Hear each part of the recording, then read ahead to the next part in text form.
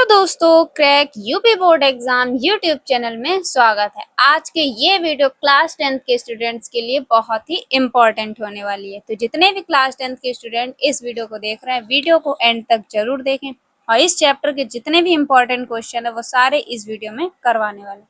इस वीडियो में आपको 5 क्वेश्चन करवाएंगे। परावर्तन के नियम, परावर्तन, अपवर्तन के नियम, परावर्तन क्या है, अपवर्तन क्या है, गोलीय दर्पण से संबंधित परिभाषाएं, गोलीय दर्पण के प्रकार व उपयोग और प्रकाश के गुण, ये सब क्वेश्चन आज की इस वीडियो में करवाएंगे। तो वीडियो को एंड तक जरूर देखें। प्रकाश क्या होता है या प्रकाश किसे कहते हैं? तो प्रकाश एक प्रकार की क्या है, ऊर्जा है। प्रकाश क्या होता है? उजाला होता है, लाइट होती है, जिसे हम लोग बोलते हैं लाइट। ठीक है, तो प्रकाश क्या है? एक प्रकार की ऊर्जा है जो हमें क्या करता है, वस्तुओं को देखने में मदद करता है। बस अब जब कभी अंधेरा वगैरह हो तो हम लोग लाइट जलाते हैं, कोई चीज देखते हैं। ठीक है, तो प्रकाश क्या है? एक प्रकार की ऊर्जा जो क्या करता है, वस्तुओं को देखने में मदद करता है। ठीक है, उसके बाद है यह विद्युत चुंबकीय तरंगों के रूप में सीधी रेखा में फैलता है। क्या करता है? विद्युत चुंबकीय तरंगों के रूप में सीधी रेखा में फैलता है। जो प्रकाश है, प्रकाश का जो मुख्य स्रोत है वो अपना है सूर्य। सबसे ज्यादा जो प्रकाश मुख्य स्रोत है वो क्या है? स्रोत सूर्य, क्योंकि सूर्य की जो रोशनी है वो पूरे ही चारों ओर फैली हुई, क्योंकि सबसे ज्यादा जो मुख्य स्रोत माना गया वो क्या है? सूर्य। ठीक है, तो ये है आपका प्रकाश। प्रकाश की क्या, अगर पूछा जाए आपके बोर्ड एग्जाम में कोई क्वेश्चन बने तो इस टाइप से पूछा जाए कि प्रकाश किसे कहते हैं, तो आपको लिखना है कि प्रकाश एक प्रकार की ऊर्जा है जो हमें वस्तुओं को देखने में मदद करती है। यह विद्युत चुंबकीय तरंगों के रूप में सीधी रेखा में फैलता है। प्रकाश का मुख्य जो स्रोत होता है वो क्या है? सूर्य है। प्रकाश सीधी रेखा में फैलेगा, क्योंकि अब आपको समझाते हैं कि प्रकाश किस टाइप से फैलता है। जैसे हमने एक ले लिया, ये पाइप ले लिया। ठीक है, अब इस पाइप में हमने क्या करा? लाइट डाली, यहाँ से जली टॉर्च, इसमें से हमने क्या करा? टॉर्च लाइट डाली। ठीक है, अब जो प्रकाश होगा, वो जो लाइट निकलेगी वो कैसे निकलेगा? हम पाइप के अंदर डालना है और ये सीधी ही बिल्कुल निकल जाएगी। इधर से भी खुला है पाइप, इधर से भी खुला है। अभी हमने इधर से जब टॉर्च मारी तो इसकी जो प्रकाश होगा वो कितना सीधा ही निकल जाएगा, जो पाइप है उसके आर पार चला जाएगा। ठीक है, और इसी टाइप से अगर पाइप हमने टेढ़ा मेढ़ा ले लिया, इस टाइप से हमने ये कुछ ले लिया पाइप। ठीक है, इस टाइप से हमने पाइप ले लिया। अब इसमें से हमने यहाँ पे लाइट डाली, यहाँ पे हमने टॉर्च डाली और यहाँ से हमने लाइट डाली, तो यहाँ से जो लाइट होगी वो क्या कर देगी? यहाँ पे आके रुक जाएगी, थोड़ा यहाँ आ जाएगी प्रकाश, बस इतना ही हो जाएगा। प्रकाश सीधी रेखा में करता है, ना कि टेढ़ा मेढ़ा। ठीक है, उसके बाद इसके क्या पूछे जाते हैं? पहले तो आपसे पूछा जाता है कि प्रकाश किसे कहते हैं, तो आपको इतना लिख देना। उसके बाद जो इम्पोर्टेंट है वो है आपके प्रकाश के गुण। मोस्ट इम्पोर्टेंट है, ये पूछे जाते हैं कि प्रकाश के कोई 2 गुण लिखिए, प्रकाश के 4 गुण लिखिए, इस टाइप से आपसे पूछ लिया जाता है। ठीक है, तो सबसे पहला प्रकाश का गुण है कि प्रकाश जिस पर भी पड़ता है उसकी क्या बना देता है? छाया बना देता है। ठीक है, प्रकाश जिस वस्तु पर पड़ता है उसकी छाया बना देता है। उसके बाद प्रकाश में कौन से गुण पाए? प्रकाश में परावर्तन, अपवर्तन, व्यतिकरण, विवर्तन, ध्रुवण आदि गुण पाए जाते हैं। आप इतना भी लिख सकते हैं, हमने ये मतलब ज्यादा गुण बता दिए, हमने आपको सारे ही बता दिए। ठीक है, आप खाली ये लिख सकते हैं प्रकाश में परावर्तन, अपवर्तन आदि गुण पाए जाते हैं। फिलहाल हमने आपको सारे ही गुण बता दिए कि इतने गुण प्रकाश में पाए जाते हैं। परावर्तन भी होता है, अपवर्तन भी, व्यतिकरण भी, विवर्तन भी, ध्रुवण भी आदि गुण इसमें पाए जाते हैं। उसके बाद तीसरा गुण कौन सा है? निर्वात में जो प्रकाश की चाल होती है वो होती है 3 × 10⁸ मीटर प्रति सेकेंड होती है। ठीक है, ये क्वेश्चन बहुत ही इंपॉर्टेंट, ये वाला गुण बहुत इंपॉर्टेंट है, इस पे आपके न्यूमेरिकल्स भी बनते हैं। ठीक है, निर्वात में प्रकाश की चाल जो होती है वो होती है 3 × 10⁸ मीटर प्रति सेकेंड होती है। ठीक है, इसका क्वेश्चन आपसे एमसीक्यू में ही बन जाता है कि प्रकाश की चाल कितनी होती है। आपको 4 ऑप्शन दे देंगे, 3 × 10⁻⁸ 3 × 10⁻⁻5 3 × 10⁻⁸ 3 × 10⁻6 इस टाइप से आपको दे देंगे और आपको करेक्ट आंसर लगाना होगा। तो इस टाइप से आपका एक नंबर यहाँ से पक्का हो जाएगा। ठीक है, तो इसका आपको मान याद रखना है कि निर्वात में प्रकाश की चाल कितनी होती है? 3 × 10⁸ मीटर प्रति सेकेंड होती है। ठीक है, उसके बाद है फोर फोर है आपका, प्रकाश हमेशा क्या करता है? सीधी रेखा में चलता है। ठीक है, प्रकाश हमेशा सीधी रेखा में चलता है। अभी हमने आपको एग्जाम्पल बताया भी था कि अगर हम लोग किसी पाइप में अगर हम लोग डालेंगे, टॉर्च डालेंगे, तो इसमें सीधी रेखा में गमन करेगा, सीधी रेखा में चलेगा। ठीक है, और ये कोई टेढ़ी मेढ़ी चीज है तो वो थोड़ी दूर तक जाएगा, वहां पे फिर प्रकाश क्या हो जाएगा? रुक जाएगा। ठीक है, अगला टॉपिक है आपका प्रकाश का परावर्तन और ये है क्वेश्चन नंबर आपका 2। ये टॉपिक बहुत ही इम्पोर्टेंट है बोर्ड एग्जाम के लिए। ये बोर्ड एग्जाम 2025 में किसी न किसी सेट में आपको मिल ही जाएगा, क्योंकि प्रकाश का परावर्तन और परावर्तन के नियम ये 4 नंबर पक्के करेगा। तो इसको आपको क्या करना है, तैयार कर लेना। ये बोर्ड एग्जाम के लिए इम्पोर्टेंट टॉपिक है। तो चलिए ये क्वेश्चन को हम क्या करते हैं, स्टार्ट करते हैं। तो सबसे पहले हम लोग इसका फिगर जान लेते हैं। फिगर में क्या करा गया, एक अपारदर्शी पृष्ठ लिया, इस पे क्या कर दिया हमने, पेंट कर दिया। ठीक है, अपारदर्शी पृष्ठ, जब कोई किरण, जैसे ये आपतित किरण है, आपतित किरण जब कोई प्रकाश किरण किसी अपारदर्शी पृष्ठ से टकराकर क्या करेगी, वापस उसी माध्यम में क्या करेगी, लौट जाती है। ठीक है, तो ये क्या है, आपतित किरण टकराई पारदर्शी से और ये वापस लौट गई उसी माध्यम में, और ये इस किरण को हम लोग बोलते हैं आपतित किरण, और जो ये वाली किरण है आपकी, ये होती है परावर्तित किरण। ठीक है, तो यही ऐसा इस टाइप का आपको फिगर बनाना है। ठीक है, तो ये वाली जो आपकी किरण है, ये है आपकी आपतित किरण, और ये वाली जो किरण है आपकी, ये है आपकी परावर्तित किरण। और हमने क्या करा, एक बीच में क्या कर दिया, अभिलंब खींच दिया, एक हमने बिल्कुल सीधा अभिलंब खींच दिया। ठीक है, अभी अब इसके बारे में जानेंगे। आपतित और अभिलंब के बीच जो बनने वाला कोण होगा वो कौन सा होगा, आपतन कोण। आपतन कोण को किससे लिखते हैं, आई से। उसके बाद अभिलंब और परावर्तित के बीच में जो बनने वाला कोण होगा वो होगा आर। और ये कोणों के, ये दोनों कोण क्या होंगे, एक दूसरे के बराबर होंगे। अगर यहाँ पे 60 डिग्री का कोण बनना है तो यहाँ पे भी 60 डिग्री का ही कोण बनेगा। ठीक है, तो ये आपका फिगर है। तो चलिए अब पढ़ते हैं। जब कोई, इसमें लिखा है जब कोई लिखना होगा। ठीक है, जब कोई प्रकाश किरण किसी अपारदर्शी पृष्ठ से टकराती है तो टकराकर वापस उसी माध्यम में लौट आती है। ठीक है, क्या लिखा है, जब प्रकाश किरण किसी अपारदर्शी पृष्ठ से टकराती है तो टकराकर उसी माध्यम में वापस लौट आती है। तो इसे क्या कहते हैं हम लोग, प्रकाश का परावर्तन कहते हैं। ठीक है, बहुत ही इजी लैंग्वेज में लिखा है, आपको इसी वीडियो में याद भी करवा देंगे। क्या लिखा है कि जब प्रकाश किरण किसी अपारदर्शी पृष्ठ से टकराती है तो टकराकर उसी माध्यम में वापस लौट आती, इसे प्रकाश का परावर्तन कहते हैं। उसके बाद इसके नियम क्या हैं, नियम भी समझ लेते हैं। इसके निम्न 2 नियम होते हैं। परावर्तन के कितने नियम होते हैं, निम्न 2 नियम होते हैं। पहला नियम क्या है, आपतित किरण, परावर्तित किरण तथा अभिलंब क्या होते हैं, तीनों एक ही तल में होते हैं। अभी हमने आपको दिखाया भी था। ठीक है जी, ये क्या है, ये है आपकी आपतित किरण। आपतित किरण, परावर्तित किरण तथा अभिलंब, ये क्या है, तीनों एक ही तल में है। ठीक है, एक ही तल में है। और ये बिंदु है, इसको हम लोग बोलते हैं आपतन बिंदु। ठीक है, इसको बोलते हैं आपतन बिंदु। तो क्या पहला नियम क्या है, आपतित किरण तथा आपतित किरण, परावर्तित किरण तथा अभिलंब, ये क्या है, तीनों एक ही तल में है। पहला नियम तो ये हो गया। उसके बाद दूसरा नियम है आपका, कोण आई का मान कोण आर के मान के क्या है, बराबर है। ठीक है, मतलब आपतन कोण तथा परावर्तन कोण क्या होंगे, बराबर होंगे। ठीक है, तो 2 नियम हैं आपके। पहला क्या है, आपतित किरण, परावर्तित किरण तथा अविलंब तीनों एक ही तल में हैं, होते हैं। उसके बाद दूसरा है, कोण आई का मान कोण आर के मान के बराबर होता है। तो ये था आपका प्रकाश का परावर्तन तथा प्रकाश के परावर्तन के नियम, जो आपके बोर्ड एग्जाम में पूछा ही जाता, मोस्ट इम्पॉर्टेंट है ये क्वेश्चन। ठीक है, क्वेश्चन नंबर 3 है आपका गोलीय दर्पण व गोलीय दर्पण के प्रकार और गोलीय दर्पण के उपयोग। अगर इसमें जो पूछा जाता है वो है आपका सबसे ज्यादा इम्पोर्टेंट टॉपिक है अवतल दर्पण के उपयोग व उत्तल दर्पण के उपयोग। ये बोर्ड एग्जाम में पूछा ही जाता है। ठीक है, तो इसको आपको बहुत ही अच्छे से तैयार कर लेना है। गोलीय दर्पण व गोलीय दर्पण के प्रकार कभी कभी पूछ लिया जाता है, तो ये पूरा ही टॉपिक आपको क्या करना है, तैयार कर लेना। बाकी चलिए इस टॉपिक को स्टार्ट करते हैं। है गोलीय दर्पण। गोलीय दर्पण क्या होता है, तो सबसे पहले आपको समझना होगा गोलीय दर्पण क्या होता है।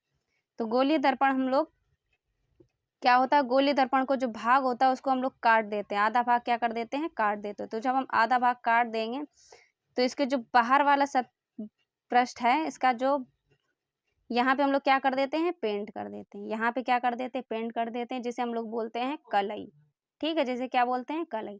और जो अंदर वाला भाग होता है इसे हम लोग बोलते हैं परावर्तक पृष्ठ, जो क्या कैसा होता है, चिकना होता है। ठीक है, अंदर वाला भाग कैसा होता है, चिकना होता है, और किसे क्या बोलते हैं, परावर्तक पृष्ठ बोलते हैं। तो यही क्या होता है, गोलीय दर्पण होता है, जो कांच के खोखले गोले को काट कर बनाया जाता है। तो हमने क्या कर दिया, काट कर उस पर पेंट कर दिया। जो अंदर वाला भाग है ये क्या कहलाता है, ये कहलाता है अपना परावर्तक पृष्ठ, जो कैसा होता है, चिकना होता है। तो यही होता है आपका गोलीय दर्पण। अब इसकी परिभाषा क्या लिखनी होगी आपको, बहुत ही ईजी लैंग्वेज में हम आपको बताएंगे। वे दर्पण जो कांच के खोखले गोले को काट कर बनाए जाते हैं गोलीय दर्पण कहलाते हैं। बस आपको इतना ही लिखना होगा। क्या लिखना होगा, वे दर्पण जो कांच के, यहाँ पे के बढ़ा लीजिएगा, कांच के खोखले गोले को काट कर बनाए जाते हैं गोलीय दर्पण कहलाते हैं। यह मुख्य रूप से दो प्रकार के होते हैं, अवतल दर्पण और उत्तल दर्पण। ठीक है, इनके कितने दो प्रकार होते हैं।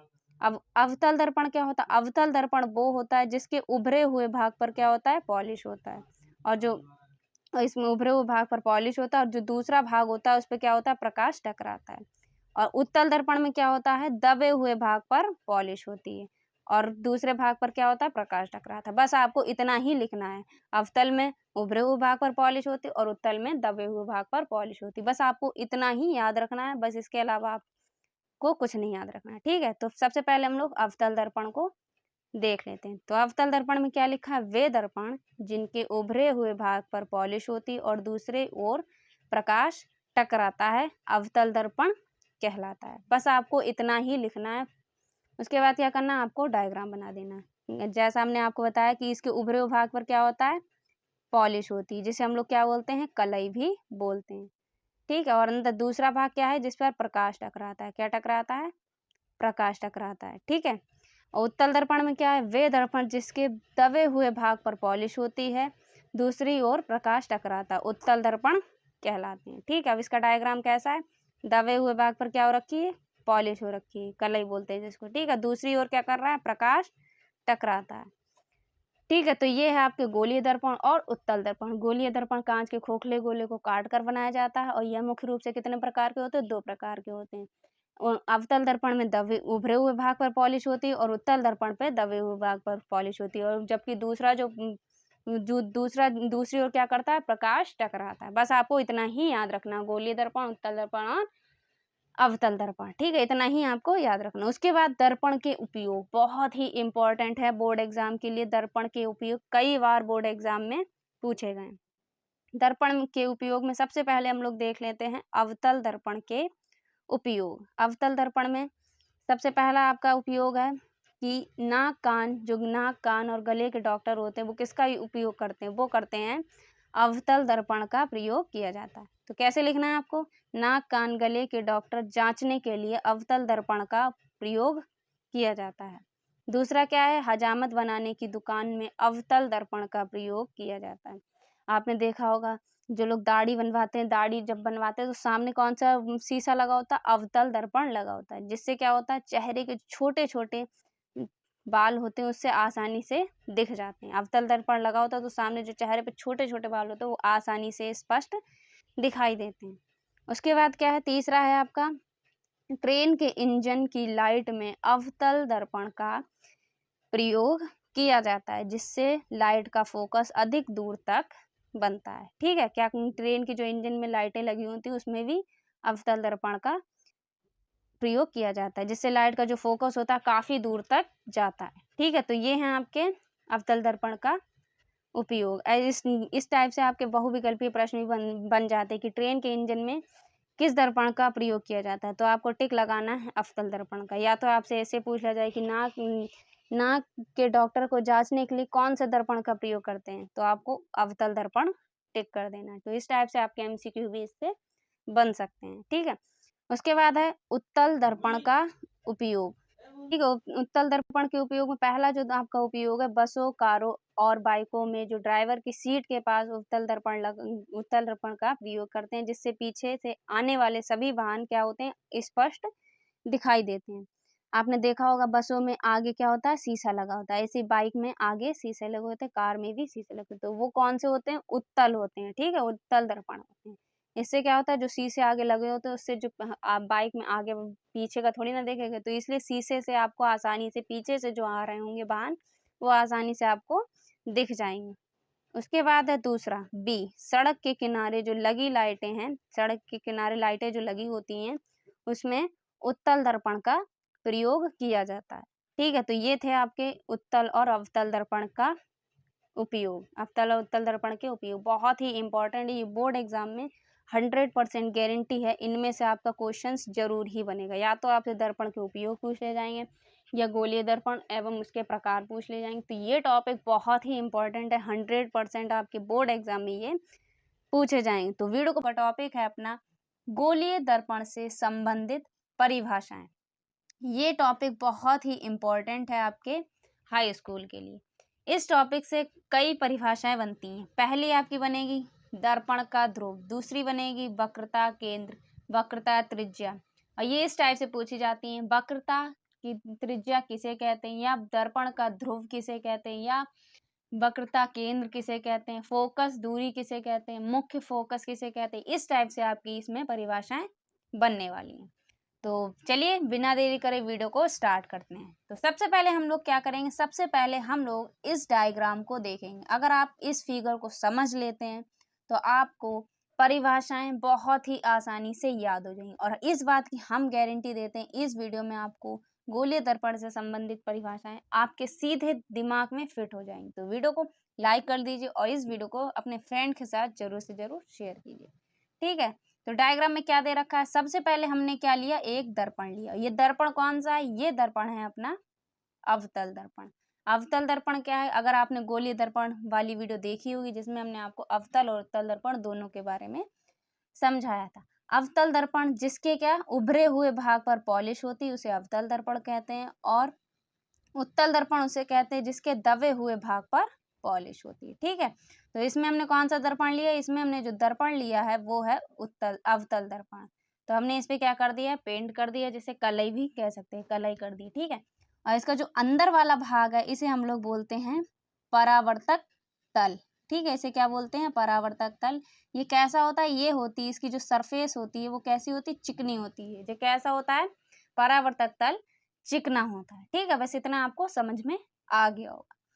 अब क्या करना, जी दर्पण है, दर्पण के जो मध्य बिंदु होता है, दर्पण का जो मध्य बिंदु होता है उसी को हम लोग क्या बोलते हैं, दर्पण का ध्रुव बोलते हैं। ठीक है, बस बहुत ही इजी है। दर्पण का ध्रुव क्या लिखना है, दर्पण है ये, इसका जो मध्य बिंदु होगा उसी को हम लोग दर्पण का ध्रुव कहते हैं। ठीक है, और दर्पण के ध्रुव को किससे लिखते हैं, पी से लिखते हैं। किससे प्रदर्शित करते हैं, पी से, मतलब ध्रुव को हम बोलते हैं पोल।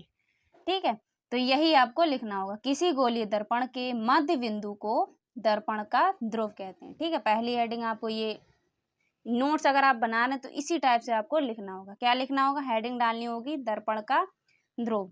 पहले आपको लिखना होगा गोलीय दर्पण से संबंधित परिभाषा, उसके बाद आपको ये डायग्राम बनाना होगा, उसके बाद आपको पहली हेडिंग डालनी है दर्पण का ध्रुव। उसमें लिखना है आपको गोलीय दर्पण के मध्य बिंदु को दर्पण का ध्रुव कहते हैं, इसे पी से प्रदर्शित करते हैं। ठीक है, उसके बाद क्या है आपका वक्रता केंद्र। दूसरी आपकी कौन सी परिभाषा बनेगी, वक्रता केंद्र। वक्रता केंद्र क्या होगा, वक्रता केंद्र आपका, सबसे पहले आप इससे समझिए, हमने ले लिया एक गोला। ठीक है, अब गोला में इसका केंद्र कहाँ होगा, बिल्कुल बीच में। ठीक है, कहाँ होगा, सेंटर में। तो कहाँ होगा इसका केंद्र, ये रहा इसका केंद्र। ठीक है, अब ये गोला तो खोखला है, तो इसको क्या करा गया, हम लोगों ने काट के दर्पण लिया, तो इसलिए इसका जो दर्पण होगा वो कहाँ होगा, जैसे हमने अभी बताया कि इसका जो गोला लिया उसका जो बीच का केंद्र होता है उसे ही हम लोग बोलते हैं केंद्र। अब वक्रता केंद्र, ठीक है, वक्रता केंद्र की बात कर रहे हैं, तो गोलीय दर्पण जिस खोखले गोले को काट कर बनाए जाते हैं उसी गोले के केंद्र को हम लोग क्या बोलते हैं, वक्रता केंद्र कहते हैं। ठीक है, जिस गोले को क्या हमने क्या करा, ये खोखला एक गोला लिया उसे काट कर जो बनाया जाता है उसी गोले के केंद्र को हम लोग वक्रता केंद्र कहते हैं। मान लीजिए यहाँ पे अगर गोला होता है तो केंद्र कहाँ होता है, यहाँ होता है। अब हमने खोखले गोले को क्या करा, काट कर बनाया, तो जब काट कर बनाया तो केंद्र कहाँ होगा अपना, हमने यहाँ पर केंद्र मान लिया। ठीक है, क्योंकि हमारा जो दर्पण जो क्या है, खोखला है, तो केंद्र कहाँ होगा, यहाँ होगा। इसी को हम लोग क्या बोलते हैं, वक्रता केंद्र बोलते हैं। तो कैसे लिखेंगे, से हम लोग लिखेंगे कि गोलीय दर्पण जिस खोखले गोले को, जैसे इसमें लिखा है गोलीय दर्पण जिस खोखले गोले को काट कर बनाए जाते हैं उसी गोले के केंद्र को हम लोग क्या बोलते हैं, वक्रता केंद्र। जैसे हमने ये गोला लिया, इसको काट दिया, इसी गोले के जो केंद्र होता है उसी को हम लोग क्या बोलते हैं, वक्रता केंद्र बोलते हैं। इसे किससे प्रदर्शित करते हैं? इसे हम लोग सी से प्रदर्शित करते हैं। ठीक है, ये है आपका वक्रता केंद्र, इसे हम लोग सी से प्रदर्शित करते हैं। ठीक है, उसके बाद है तीसरी वक्रता त्रिज्या। वक्रता त्रिज्या बहुत ही इजी, इसमें आपको क्या करना है, अभी हमने आपको वक्रता केंद्र बताया और ध्रुव बताया, दर्पण का ध्रुव। ठीक है, इसके जो बीच की दूरी होगी उसी को हम लोग क्या बोलेंगे? वक्रता त्रिज्या बोलेंगे। तो कैसे लिखेंगे? वक्रता केंद्र तथा ध्रुव के बीच की जो दूरी है उसी को हम लोग क्या बोलते हैं? वक्रता त्रिज्या बोलते हैं। ठीक है, बस इतना ही आपको लिखना है। फिगर में भी देख लीजिए, यही आपको दिखाया जाएगा। ये रहा आपका वक्रता केंद्र और ये रहा दर्पण का ध्रुव। अब इसके जो बीच की दूरी है इसको हम लोग बोलेंगे वक्रता त्रिज्या। ये दूरी हमने नीचे लिख दी। तो इसके जो वक्रता केंद्र तथा ध्रुव के बीच की जो दूरी है उसी को हम लोग वक्रता त्रिज्या कहते हैं। ठीक है, तो यही इसे किससे प्रदर्शित करते हैं? इसे हम लोग प्रदर्शित आर से करते हैं, चाहे वो कैपिटल आर हो या स्मॉल आर हो। तो हम लोग इसको किससे प्रदर्शित करते हैं? कैपिटल आर स्मॉल आर दोनों से ही वक्रता त्रिज्या को प्रदर्शित करते हैं। ठीक है, तो हमने इसमें कैपिटल आर लिख रखा है। उसके बाद है आपकी 4 मुख्य अक्ष। मुख्य अक्ष क्या होती है? तो मुख्य अक्ष आपकी ये है, ये रही आपकी मुख्य अक्ष। ये जो है रेखा इसे ही हम लोग मुख्य अक्ष बोलते हैं। अब ये कैसे लिखेंगे?